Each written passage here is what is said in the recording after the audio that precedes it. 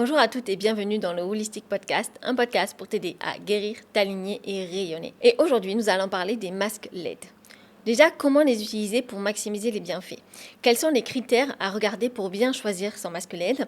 Et surtout, à quelle fréquence l'utiliser pour ne pas endommager sa santé? Donc, si tu utilises un masque LED ou si tu as l'intention d'utiliser un masque LED, écoute bien cet épisode. Car ça va pas forcément te plaire, en tout cas, ça va pas présenter le masque LED comme une solution miracle, mais plutôt comme une solution à laquelle il faut faire attention et qu'il faut utiliser avec précaution et un produit qu'il faut choisir avec certains critères. Parce que oui, c'est pas parce qu'on parle de lumière rouge que ceci veut dire que ça a un effet thérapeutique sur ton corps. Déjà, tout ce qui est LED, infrarouge, concrètement, de quoi on parle? Les masques LED utilisent un principe qui est appelé le photobiomodulation. Cela signifie que des longueurs d'onde sont envoyées sur la peau pour influencer le comportement cellulaire. Et vous l'avez sûrement vu, on a des masques LED qui changent de couleur, vert, bleu, rouge, etc. Mais en fait, chaque fois, ce sont des longueurs d'onde précises qui sont mesurées en nanomètres. Et quelque chose qui est très important, c'est que la couleur ne veut pas dire qu'il y a un effet biologique différent, ni même garanti. Et donc là, un énorme malentendu en fait est entretenu par le marketing, parce que souvent on parle de lumière rouge, alors qu'en fait on s'en fout globalement de la lumière rouge. Vous pouvez avoir une lumière rouge chez vous, ça change pas grand chose. Ce qui est important, c'est la fréquence de la lumière. Et ça, dont on ne parle pas. Et également de la puissance. Donc fréquence et puissance, ce sont des termes qui ne sont pas employés et qui ne sont pas forcément utilisés dans la description du produit à lumière rouge que vous allez utiliser, que vous allez acheter. Mais il faut faire la différence parce que toutes les lumières rouges n'ont pas forcément de fréquence qui va avoir un effet biologique sur votre peau ou quoi que ce soit. La lumière rouge, qui a un vrai effet thérapeutique sur le corps, a une fréquence qui est comprise entre 630 et 660 nanomètres. L'infrarouge est plutôt autour de 810 à 880 nanomètres. Mais là aussi, ensuite, même quand vous avez la bonne fréquence, il faut vérifier la puissance. Car si la puissance est trop faible, ça sert à rien. Pire, si la puissance est mal calibrée, ceci peut être même très inflammatoire. Et ça, on le voit quand vous allez regarder le descriptif des produits, des masques LED que vous voulez acheter par exemple, que ce soit sur internet ou dans les magasins. Ce sont des termes que vous ne trouvez pas forcément, qui sont très facilement omis par le marketing. Tout ce qui est fréquence, on ne trouve pas forcément les fréquences utilisées pour les masques à lumière rouge, et ni même la puissance. Alors que ceci est très réglementé normalement. Parce que justement, ça peut avoir des conséquences néfastes sur la santé. Si vous achetez juste une lumière rouge et que, effectivement, il y a zéro fréquence et zéro puissance, ça ne va pas vous faire grand-chose. Il va y avoir aucun bénéfice, donc c'est quand même largement de l'argent jeté par les fenêtres, surtout qu'en général, ces masques, ils ne sont pas vraiment donnés, mais ça ne va pas avoir d'impact négatif sur votre santé. Par contre, si les fréquences sont mal calibrées ou la puissance est mal calibrée, ceci peut être très inflammatoire, provoquer du stress oxydatif et avoir l'effet inverse, c'est-à-dire accélérer le vieillissement, certes de la peau, mais aussi des cellules, et donc aggraver en fait votre inflammation et donc augmenter le risque de pathologie. Donc les paramètres essentiels à regarder. Déjà, il y a l'irradiance, qui est la puissance reçue par la peau. Il y a la fluence, qui est la dose totale sur la séance, et il y a la durée d'exposition, plus bien sûr la fréquence qu'on a vue. Donc ça, c'est des choses qu'il faut bien respecter. Il y a des recommandations médicales justement sur les fréquences et sur la puissance pour ne pas que ça provoque de l'inflammation. Et donc, vous vous demandez sûrement comment un masque LED peut provoquer de l'inflammation. Tout simplement parce que la lumière rouge et la lumière infrarouge stimulent les mitochondries. Donc, pour rappel, si vous avez déjà écouté mes épisodes de podcast, j'ai déjà parlé plusieurs fois de mitochondries.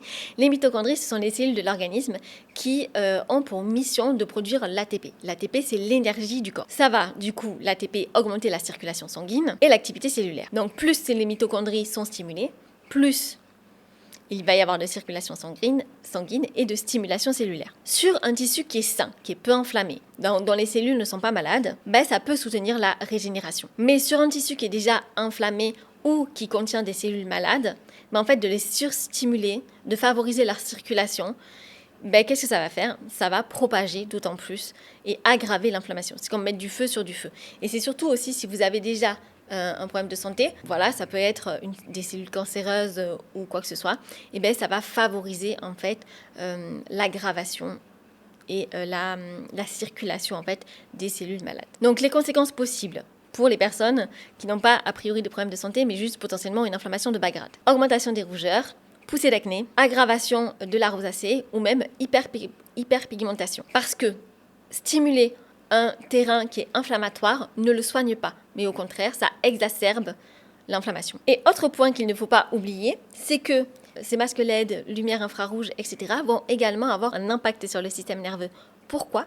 Parce que la peau est un organe neurobiologique. Elle est directement connectée au système nerveux. Vous le voyez, quand vous touchez quelque chose, vous recevez un stimuli qui va être envoyé à votre système nerveux. Et donc, une surstimulation, en fait, via des lumières, va envoyer également un message à votre cerveau, une information nerveuse. Et donc, chez une femme qui est déjà stressée, inflammée, anxieuse ou fatiguée, le corps peut vivre cette stimulation nerveuse comme une agression. Résultat, encore plus d'inflammation, de dérégulation et de sensibilité, d'hypersensibilité en l'occurrence. Donc, les contre-indications majeures à l'utilisation des masques LED que l'on ne vous dit pas forcément. En cas de rosacée, coupe rose, acné inflammatoire actif, peau réactive ou hypersensible, hyperpigmentation post-inflammatoire, terrain hormonal instable, migraine photosensible, inflammation chronique et systémique. Donc ça regroupe pas mal de pathologies. Et malheureusement, ce sont exactement ces femmes-là qui vont acheter et qui vont utiliser les masques LED. Donc ça, toujours pareil, je le dis, je pense suffisamment, mais du coup, avant d'utiliser un masque LED ou autre chose, que ce soit des compléments alimentaires, etc., travaillez le terrain. Si vous êtes enflammé, si vous êtes anxieuse, si vous êtes fatigué, si vous êtes stressé, avant, en fait, de surstimuler d'autant plus votre organisme avec soi-disant des pratiques bien-être, en fait, essayez déjà de calmer votre terrain. L'inflammation chronique, en fait, c'est déjà une surstimulation du système nerveux, c'est une surstimulation de votre organisme qui est en réaction en mode fuite ou survie, en mode combat ou fuite, je veux dire, voilà, en mode survie, combat ou fuite. Voilà, donc en fait, il a besoin d'être apaisé, votre système nerveux et votre corps également. Il n'a pas besoin d'être encore plus stimulé. Et donc, c'est un petit peu ça les travers du biohacking, je trouve, enfin, pas qu'un peu d'ailleurs. C'est cette surstimulation en permanence, ce surcontrôle et cette charge mentale que l'on rajoute sur la santé avec les masques LED, avec les montres connectées, les bagues connectées. Maintenant, c'est les trampolines. Maintenant, c'est les plateaux où on tremble dessus là pour faire circuler la lymphe. Mais en fait, vous n'avez pas besoin de tout ça. Voilà, ce qui est très bon pour la peau, c'est le soleil. Il faut juste pas s'exposer en été, par exemple, en fonction des horaires, quoi, et de là où vous vous situez, mais entre 9h et 17h, si par exemple à Bali, il ne faut pas s'exposer sans crème solaire à ce moment-là. Mais sinon, le soleil va être très bon pour la peau. Voilà, quand vous ne vous exposez pas pour la cramer. Le fait d'acheter les petites planches là pour trembler et améliorer la circulation lymphatique. En fait, ça c'est le checking. En sophrologie, ça s'appelle le polychinelle. C'est utilisé depuis... voilà, c'était utilisé en Ayurveda et en yoga aussi depuis 5000 ans. Donc, en fait, vous n'avez pas besoin de ça. Juste, si vous avez une vie qui vous procure de la joie, vous sautez, vous riez, etc. Donc, vous n'avez pas besoin de tous ces trucs, en fait. Voilà ce que je veux vous dire. La santé, le bien-être, vous n'avez pas besoin d'acheter des choses hors de prix pour pouvoir le faire. Surtout qu'en général, les personnes qui se tournent en fait vers des solutions, et moi aussi je suis passée par là, j'ai essayé des trucs comme ça, mais voilà, en général, quand on se tourne vers ce genre de choses, c'est qu'en fait, on n'est pas bien. On sent qu'on a un déséquilibre, on a des symptômes, soit de déséquilibre hormonal, soit des troubles digestifs, soit de l'acné, soit des cheveux cata, bref, d'autres problèmes de peau. Mais du coup, on va se tourner vers des solutions qui sont un petit peu rapides, à part que c'est pas ça la solution. La solution, c'est de travailler le terrain. Quitte à après, vous pouvez, pour vous faire kiffer, rajouter des petits trucs, quoi. Mais ça ne doit pas être une solution. Vous ne devez pas dépendre d'un plateau qui tremble pour faire circuler votre lymphe. Vous ne pouvez pas dépendre d'un masque LED que vous mettez sur votre visage pour ralentir, entre guillemets, parce que c'est pas efficace, ralentir le vieillissement de votre peau. Non, il faut le faire de l'intérieur. Et via d'autres choses. Calmer votre système nerveux, renforcer la sécurité que vous envoyez à votre corps, réduire l'inflammation pour mieux assimiler les nutriments. Mieux assimiler les nutriments veut dire, du coup, une meilleure préservation des organes. Et donc, la conséquence de tout ça, ça va être une plus belle peau, de plus beaux cheveux, de plus beaux ongles. Voilà, donc le message, c'est ça. Mais ça ne veut pas dire de ne pas forcément utiliser de masque LED. En plus, vous n'êtes pas forcément stressé ou inflammé.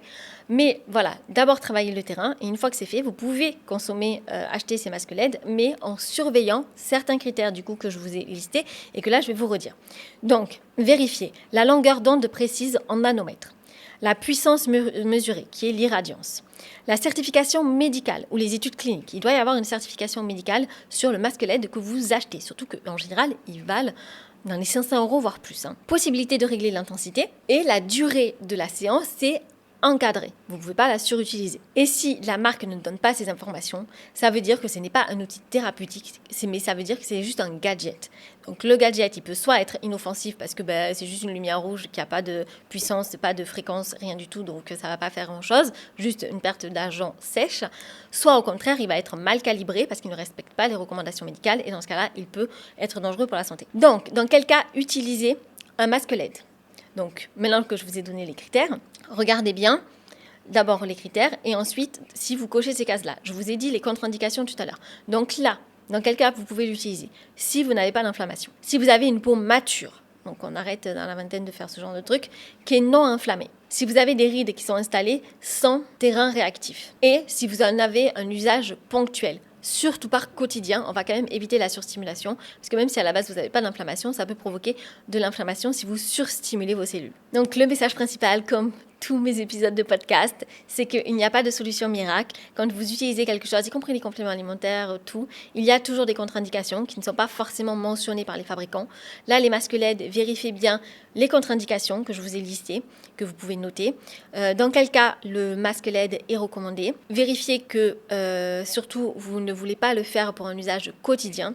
Et surtout, vérifiez que vous avez traité la cause avant. Voilà, si vous avez une apparition de rides de façon plutôt prématurée, travaillez plutôt le terrain, réduisez votre inflammation, améliorez votre digestion, calmez votre système nerveux, connectez-vous plus à votre énergie yin, etc., etc., etc. Tout ce que j'aborde dans ces épisodes de podcast, avant même d'envisager une solution externe. Dites-vous qu'il n'y a pas de solution magique, ça n'existe pas, même si on essaie de vous vendre le contraire. Voilà, la meilleure solution que vous pouvez mettre en place, c'est de prendre soin de vous. Et pour prendre soin de vous, vous n'avez pas besoin de gadgets, on fait partie de la nature. Voilà, donc pour en fait prendre soin de notre santé, nous avons juste besoin de nous connecter à la nature, c'est-à-dire manger des aliments entiers qui n'ont pas été transformés, marcher dehors dans la nature, prendre le soleil, boire de l'eau. Voilà, et c'est des choses que malheureusement on fait de moins en moins. Beaucoup de personnes font ça de moins en moins et prennent des boissons qui sont pas forcément sucrées, mais avec des aspartame, les machins, bref, qui sont hyper dangereux pour la santé.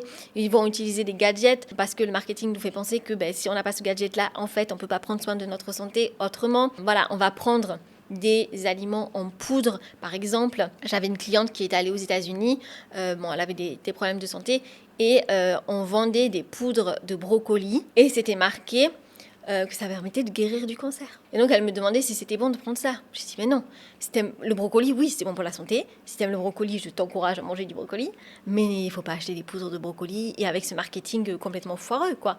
Voilà, donc dites-vous il n'y a pas de poudre magique. Et oui il y a des aliments qui sont bons pour la santé, mais c'est pas pour autant qu'il faut être dans la surconsommation.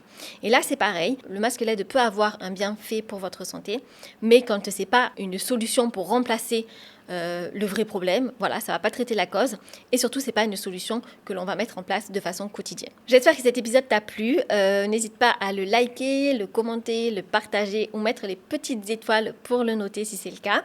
Et si tu souhaites justement traiter le terrain avant de rajouter tous ces petits gadgets, je t'invite à réserver une consultation gratuite où je te donnerai des premiers conseils personnalisés, je répondrai à tes questions ou je te guiderai potentiellement vers là où tu dois aller pour débuter ton chemin vers la pleine santé. Je te dis à la semaine prochaine pour un prochain épisode.